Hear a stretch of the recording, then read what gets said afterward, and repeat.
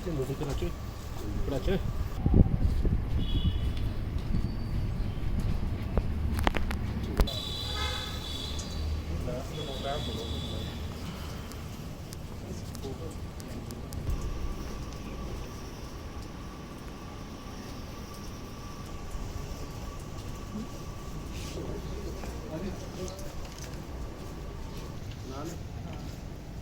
कि terror financing का network जो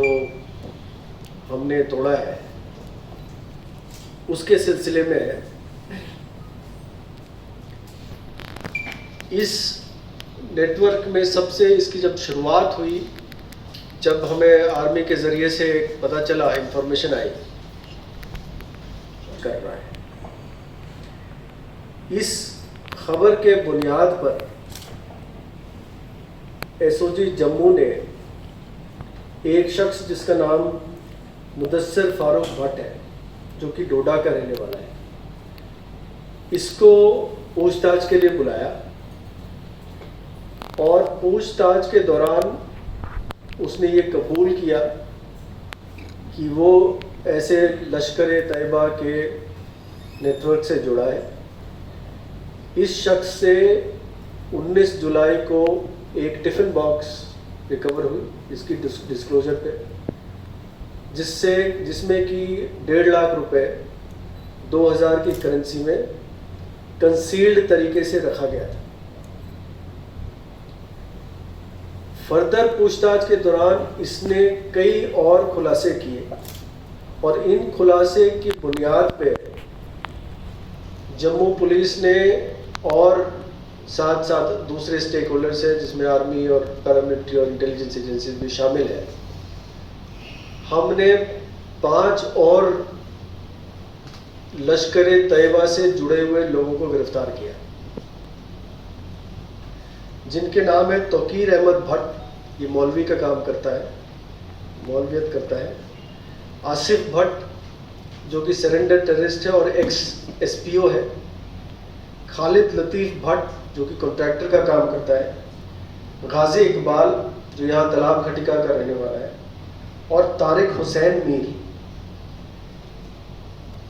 तो कुल मिला के 6 गिरफ्तारियां हुई। केस FIR नंबर 42 लगा यहाँ पे पिछले महीने, और इसमें दफा 38 और 40 अनलॉफुल एक्टिविटीज प्रिवेंशन एक्ट लगाई गई। 38 मेंबरशिप के मुतल्लक है जो कि लश्कर-ए-तैयबा की मेंबरशिप है, और 40 फाइनेंसिंग और अन्य जो सपोर्ट एक्टिविटीज है इसके मुतल्लक है। ये सभी एक हारून इलियास खुबैर, जिसका असली नाम मोहम्मद नवीन भट्ट है, जो डोडा का रहने वाला है।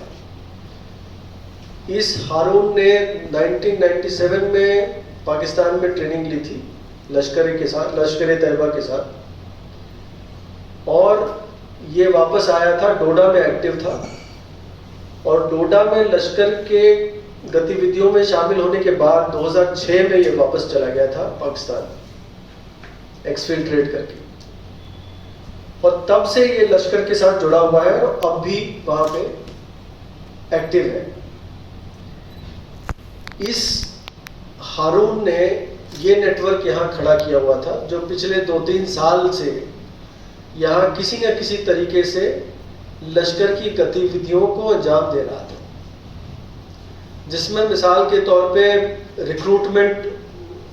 हुई थी। यहाँ पे 2 लोग रिक्रूट हुए थे इनके जरिए जो डोडा के ही रहने वाले थे, जिनमें एक का नाम आबिद अहमद भट्ट है जो 2018 में कश्मीर घाटी में एनकाउंटर के दौरान मारा गया, और दूसरा जमालदीन है जो फिर 2018 में ही जिसने लश्कर ज्वाइन किया था, और 2019 से ये अभी गिरफ्तार होकर जेल में है। इसके अलावा इनको जो काम सौंपा गया था वो एक ओवरग्राउंड नेटवर्क बनाना था और एक कंड्यूसिव माहौल तैयार करना था, जिसमें कि ये आतंकवादी गतिविधियों को सपोर्ट कर सके, उसको अंजाम दे सके। इसमें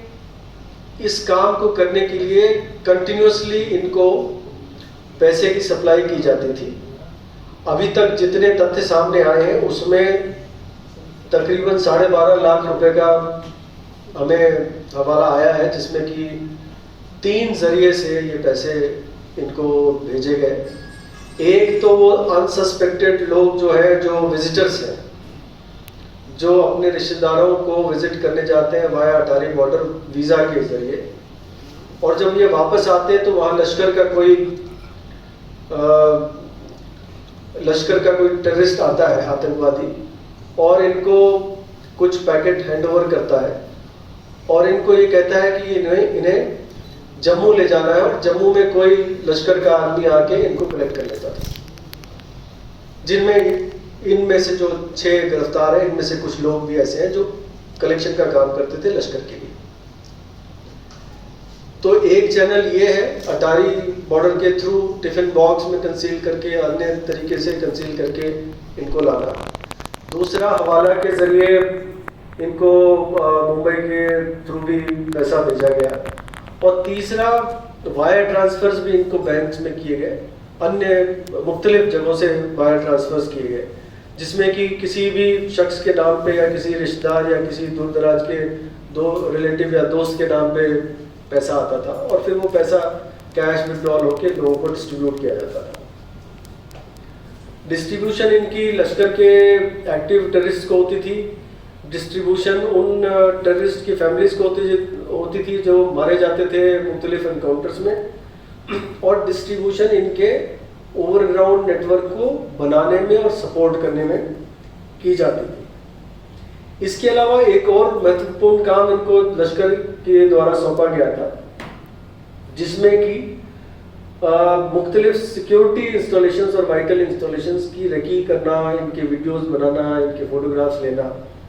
और इनको भेजना पार लश्कर के कमांडर्स के पास, ये इनका काम था। 2 ऐसे रिकॉग्निशंस हमारे नज़र में आए हैं अभी तक, और भी तफ्तीश जारी है,